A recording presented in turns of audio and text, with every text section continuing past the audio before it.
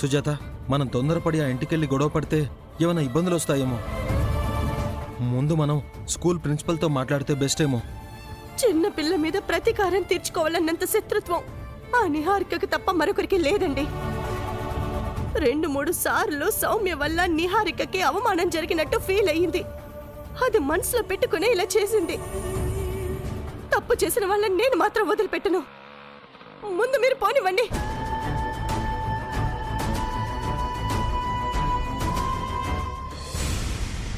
మొత్తం మీద అత్తయ్య మామయ్యల షష్ఠిపూర్తి వేడుక ఘనంగా ముగిసింది. కాసేపట్లో కేక్ కటింగ్ కూడా అయిపోతే పరిపూర్ణం అయిపోతుంది. అందరి సమక్షంలో నేను ముఖ్యంగా ఇద్దరి గురించి చెప్పాలి, అవని శ్రీకర్ల గురించి. ఎందుకంటే వీళ్ళిద్దరూ పట్టుపట్టడం వల్లనే ఇదంతా జరిగింది. అదేంటమ్మా అలా అంటావు? ఇందులో నా కృష్ణ నిహారికల కష్టం కూడా చాలా ఉందని చెప్పచ్చు కదా. అందరి కష్టం ఉంది గాని ఆలోచన మొదలైంది మాత్రం అవని దగ్గర నుంచే కదా. అందుకే అలా అన్నాను. పోనీలే కృష్ణ, వాళ్ళకి పేరొస్తే మనకొచ్చినట్టు కాదా ఏంటి? మీ అందరి సహకారంతోనే మన బంధువుల ముందు మన గౌరవం నిలబడింది. అమ్మా, అంతా సవ్యంగా సాగింది కాబట్టి మీరిచ్చిన మాట నిలబెట్టుకోండి. అదే అత్తయ్య, మాకు బహుమతులిస్తామన్నారు కదా, ఆ విషయమే గుర్తు చేస్తోంది. అత్తయ్య గారు మాటిచ్చారంటే తప్పేదే లేదు. మీకు బహుమతులు రెడీగా ఉన్నాయని చూపించాను కదా. ఇంకెందుకు ఆలస్యం, వెళ్ళి తెచ్చేయండి.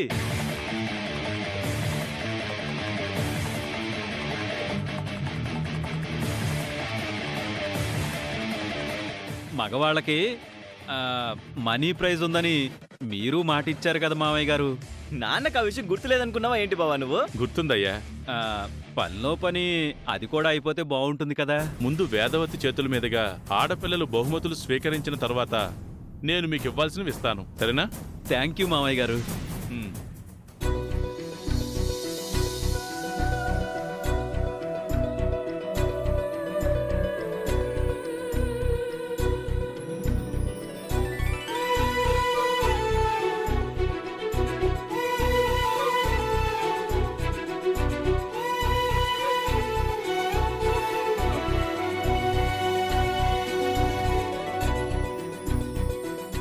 ఈరోజు మా పిల్లలందరూ కలిసి మాకీ వేడుక చేశారు కాబట్టి రిటర్న్ గిఫ్ట్గా నేను ఆడపిల్లలకు బంగారు నెక్లెస్లను బహుమతిగా ఇస్తున్నాను.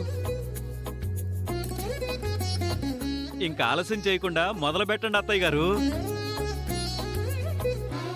మొదటిగా ఈ ఇంటి ఆడపిల్ల నా పెద్ద కూతురికి మా షష్ఠిపూర్తి సందర్భంగా ఈ బహుమతి. ఎల్లు. తీసుకో వసంత.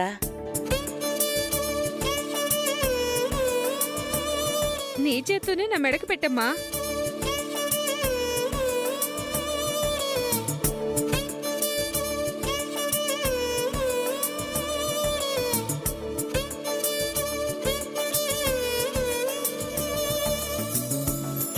అద్దరిపోయింది వసంత. నగలయాడికి మోడల్గా పనికొస్తావు. థ్యాంక్స్ అమ్మా.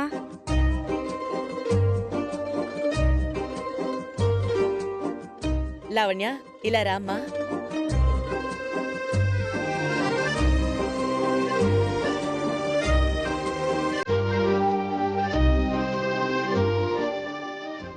థ్యాంక్స్ అత్తయ్య. నిహారిక, రామ్మా.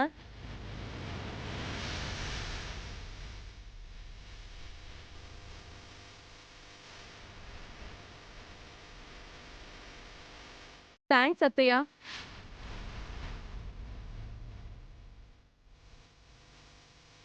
అవని, రామ్మా.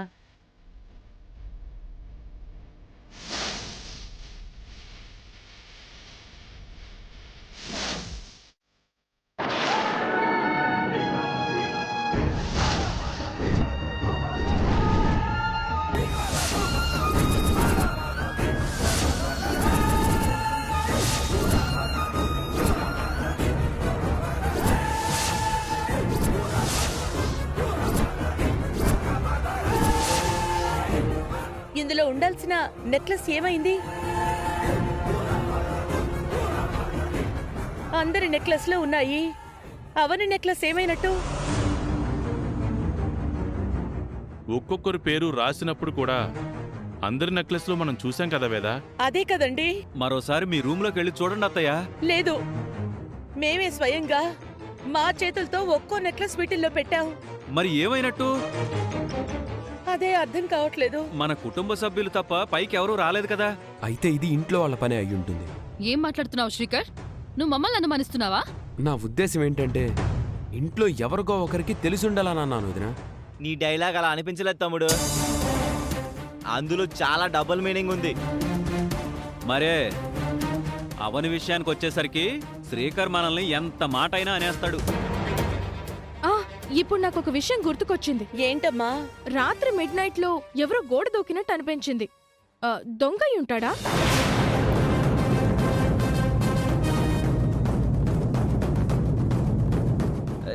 నువ్వు అంటుంటే నాకు కూడా గుర్తొచ్చింది నిహారిక. నేను కూడా చూశాను. మరి అప్పుడెందుకు చెప్పలేదురా?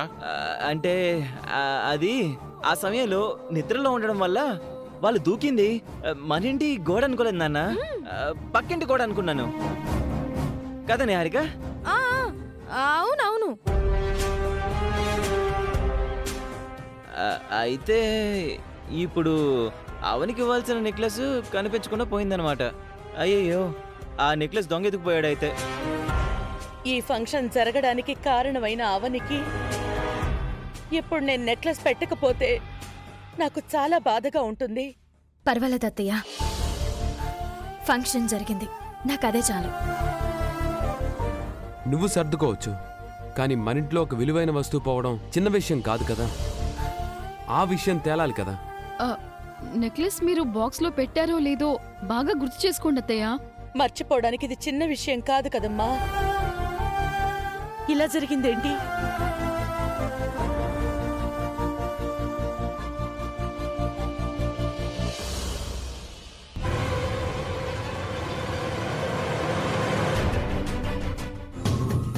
అబ్బా, ఏంటి కృష్ణ, ఏదో కొంపలు అంటుకుంటున్నట్టు ఎందుకులా లాక్కొచ్చావు?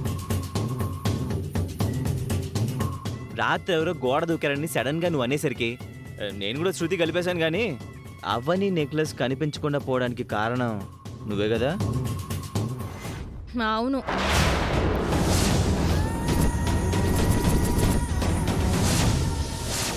నువ్వెలా ఊహించగలిగావు? నీ మొగుణ్ణి నేను ఆ మాత్రం ఊహించలేనా? అవని విషయంలో ఇలాంటి పనులు చేసేది నువ్వుగాక ఇంకెవరు? అవని పేరొచ్చినందుకు ఎంత సంతోషపడుతుందో, అందరి ముందు అత్త చేతుల మీదుగా బహుమతి అందుకోలేకపోయానే అని అంత బాధపడుతుంది. అది నాకు కావాలి. అందరి ముందు అవని మొహం ఎలా మాడిపోయిందో చూసావా? నెక్లెస్కి ఆశపడి లావణ్యక్క, వసంత గారు అనవసరంగా ఈ ఫంక్షన్కి ఒప్పుకున్నారు గాని లేదంటే ఆ అవనిని ఓ ఆట ఆడించుండేదాన్ని. ఆ అవని నా మీద పై చేయి సాధించడం యాజ్ యూజువల్గా నేను తట్టుకోలేను. అందుకే ఏదో ఒక రకంగా ఆ అవనిని టార్గెట్ చేయాలని డిసైడ్ అయ్యాను. చేసేశాను. మీ అమ్మా నాన్నలు అవని ఏదో ఘనకార్యం సాధించేసింది అన్నట్టు ఫీల్ అయిపోతున్నారు. ఇప్పుడు ఆ అవనికి బహుమతి ఇవ్వలేకపోయామే అని బాధపడతారు. అలా అని ఇప్పటికిప్పుడు షాపుకెళ్ళి మరొకటి కొనుక్కురాలేరు. ఇప్పుడు నాకు ఎంత తృప్తిగా ఉందంటే అంత తృప్తిగా ఉంది. అయితే ఆ నెక్లెస్ కూడా మనదే అనమాట. అంతేగా మరి. అన్నీ ఒకలాంటివే కాబట్టి అవని నెక్లెస్ నేను వేసుకున్నా ఎవరూ గుర్తుపట్టలేరు. బంగారం, ఇలాంటి ఐడియాలు నీకు ఎలా వస్తాయి? గెలుపు కోసం తాపత్రయపడుతున్నప్పుడు బ్యాడ్ థాట్స్ ఆటోమేటిక్గా వచ్చేస్తాయి. సరే మనం పక్కకి వచ్చామని అవనికి అనుమానం వస్తుంది. వెళ్దాం పద. బంగారం, ఆల్రెడీ నీ మీద అనుమానం మొదలైంది, కానీ నిరూపించలేదు. నా మరదలు మజ్జిగలో పడ్డ ఈగలాగా అల్లాడిపోవడం మన కళ్ళారు చూసి ఆనందించాలి. పద పద.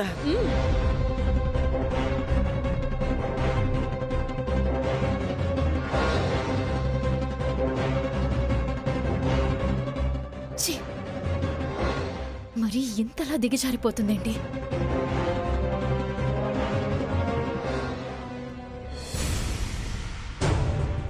అక్కడ ఉండకుండా వచ్చేసావేంటి? తోడు దొంగలిద్దరూ పక్కకొచ్చారు కదా, ఏం మంతనాలు జరుపుతున్నారో చూద్దామని వచ్చాను. కనిపించారా? కనిపించారు, మాట్లాడుకున్నదంతా వినిపించారు. ఏంటంట? నెక్లెస్ ని నిహారికే దాచేసింది. దొంగలించి నాటకం ఆడుతుంది. దానికి ఆలోచన నిన్నే మొదలైనట్టుంది. ఫంక్షన్లో ఎలాంటి డిస్టర్బెన్స్ క్రియేట్ చేయకుండా కూల్గా ఉంది. కుక్క కాటికి చెప్పు దెబ్బ తగలాలి బావా. ఏం చేద్దాం? మనము ఓ చిన్న నాటకం ఆడదాం. అమ్మ దగ్గరికి వెళ్ళి ఈ విషయం చెప్పేద్దాం. నిహారికను నిలదీస్తుంది.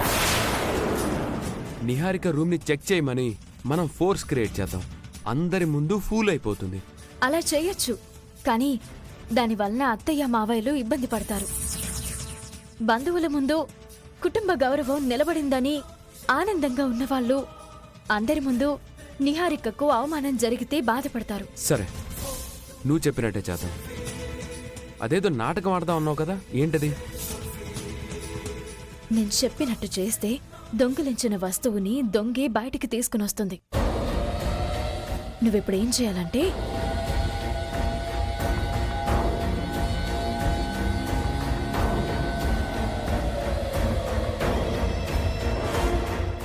అర్థమైంది కదా? నిహారిక, గేమ్ నువ్వు స్టార్ట్ చేసావు, నేను గేమ్ని ఎండ్ చేస్తాను.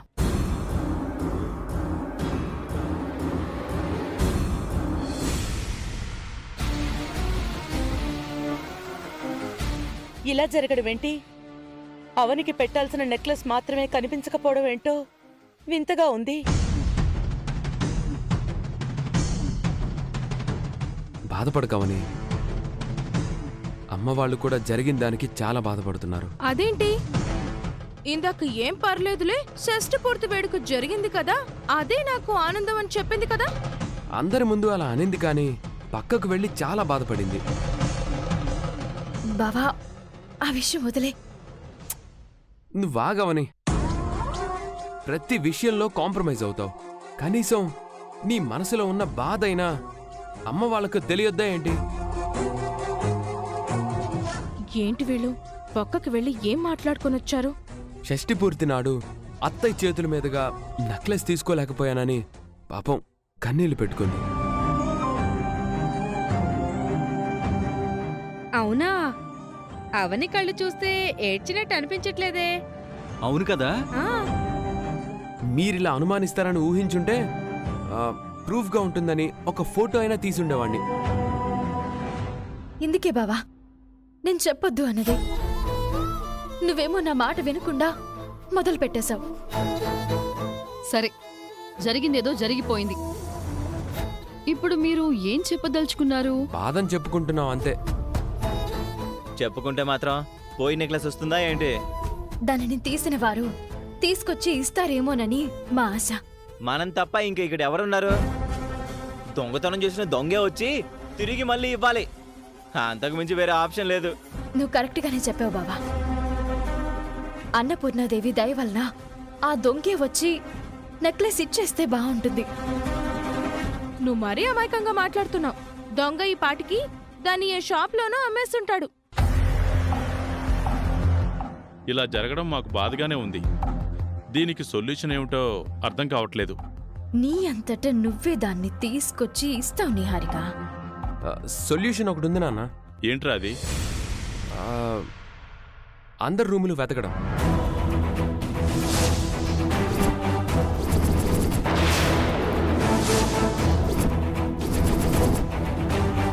అయ్యో, మా రూమ్ వెతికితే నిహారిక దాచిన నెక్లెస్ దొరికిపోతుంది. నిహారిక అడ్డంగా బుక్ అయిపోతుంది. ముందుగా నిహారిక రూమ్ నుంచి మొదలు పెడదాం. అంటే ఏంటి మీ ఉద్దేశం? నేను దొంగలించానా? మీరు కాకపోతే మరో రూమ్లో దొరుకుతుంది. అంటే నన్ను అనుమానిస్తున్నారా? మమ్మల్ని కూడా అనుమానిస్తున్నారా? మన ఇంట్లో కనబడకుండా పోయిన వస్తువు గురించి మన రూమ్స్ లో వెతుక్కుంటే తప్పే ఉంది. బయట వాళ్ళెవరూ లేరు కదా. నేను దాచిపెట్టానని నా మీద అనుమానం వచ్చిందా ఏంటి? అమ్మా, నువ్వేమంటావు? మరొకరి రూమ్లో ఉండే అవకాశమే లేదు. చెప్పలేమత్తయ్యా. ఒక్కసారి చెక్ చేస్తే పోయేదే ఉంది. రాత్రి దొంగతనం జరిగుంటుందని నేననుకుంటున్నాను. ఇక ఆ నెక్లెస్ విషయం వదిలేయండి. దీనికి పరిష్కారం నేనొకటి ఆలోచించాను. అది చెప్తాను, వినండి. ఏంటమ్మా అది?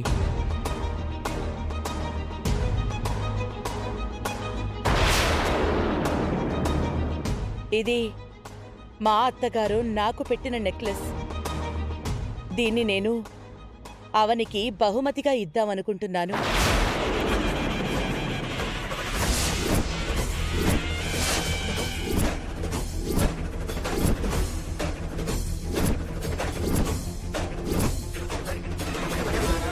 ఈ నగని మా అత్తగారికి వాళ్ళ అత్తగారు పెట్టారంట.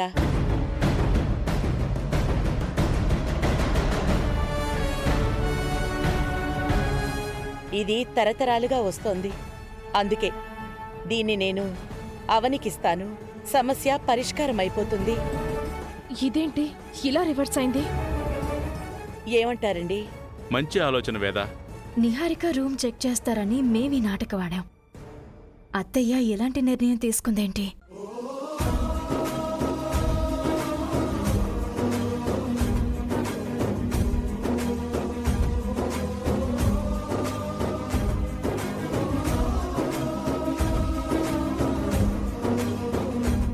అది చాలా కాస్ట్లీ అనుకుంటా. ఇప్పుడు విలువ కంటే అవనికి లోటు జరగకుండా చూసుకోవడం ముఖ్యం. నలుగురికి సమానంగా ఇస్తామన్నారు. తేడా వచ్చేసింది కదా నాన్న. అంతేగా మరి. అమ్మా ఇది న్యాయంగా లేదమ్మా. నేను ఏం ఆలోచించినా 10 రకాలుగా ఆలోచించే నిర్ణయం తీసుకుంటాను. అత్తయ్య, మీ మాటని కాదంటున్నానని ఏమనుకోకండి. ఇది మీ దగ్గర ఉండడమే ఈ నగకి గౌరవంగా ఉంటుంది. దయచేసి ఇది మీ దగ్గరే ఉంచండి. కావాలంటే తర్వాత మీరు నాకు మరొకటి కొనిద్దురు గాని. లేదంటే ఇంట్లో ఇంకేదైనా నగుంటే పెట్టండి చాలు. వేదవతి మనసుకి ఏది అనిపించిందో అదే చేయడం మంచిదమ్మా. నువ్వు కాదనుకో. అది కాదు మావయ్య. నువ్వింకేం మాట్లాడకమ్మా. అవని, ఇది దైవ సంకల్పం అనుకో. అమ్మ వాళ్ళ మాటను కాదనుకో. ఇలా రా. రామ్మా రామ్మా. ఇలా రా. వద్దత్తయ్యా.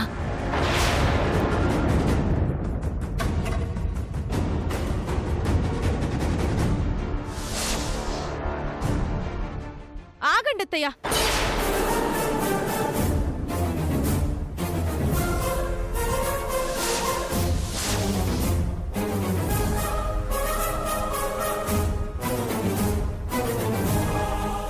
మీరు చాలా మంచి మనసుతో ఆలోచించారు, కానీ అవని చెప్పింది కూడా నిజం. విలువైన మనుషుల దగ్గరే విలువైన వస్తువులుండాలి. నెక్లెస్ ని దొంగెత్తుకుపోయాడు, ఎక్కడైనా పడిపోయిందో నేను చూసొస్తాను. మీరు ఓ 10 నిమిషాలు వెయిట్ చేయండి. అది దొరకలేదు కదమ్మా. నేను కూడా వెళ్ళి ట్రై చేస్తానమ్మా. దొరక్కపోతే అప్పుడు చూద్దాం. ఓ 10 నిమిషాలు అంటున్నారు కదా, ఆగండి అత్తయ్య. నిహారిక, మీరు తొందరగా వెళ్ళండి. వెతకడానికి మమ్మల్ని కూడా రమ్మంటారా? ఏం అవసరం లేదు. నేను నిహారిక వెళ్ళి తీసుకొస్తాం. నిహారిక, ముందు అమ్మ వాళ్ళ రూమ్ లో వెతుకుదాం పద.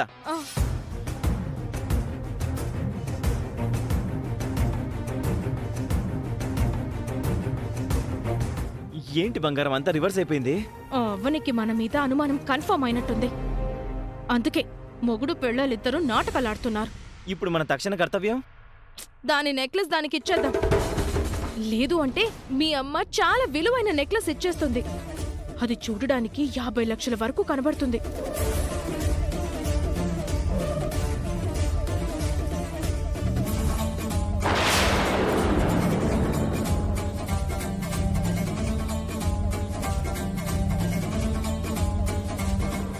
మీ అమ్మ వాళ్ళ రూమ్లోనే దొరికిందని చెప్దాం. సరే పద.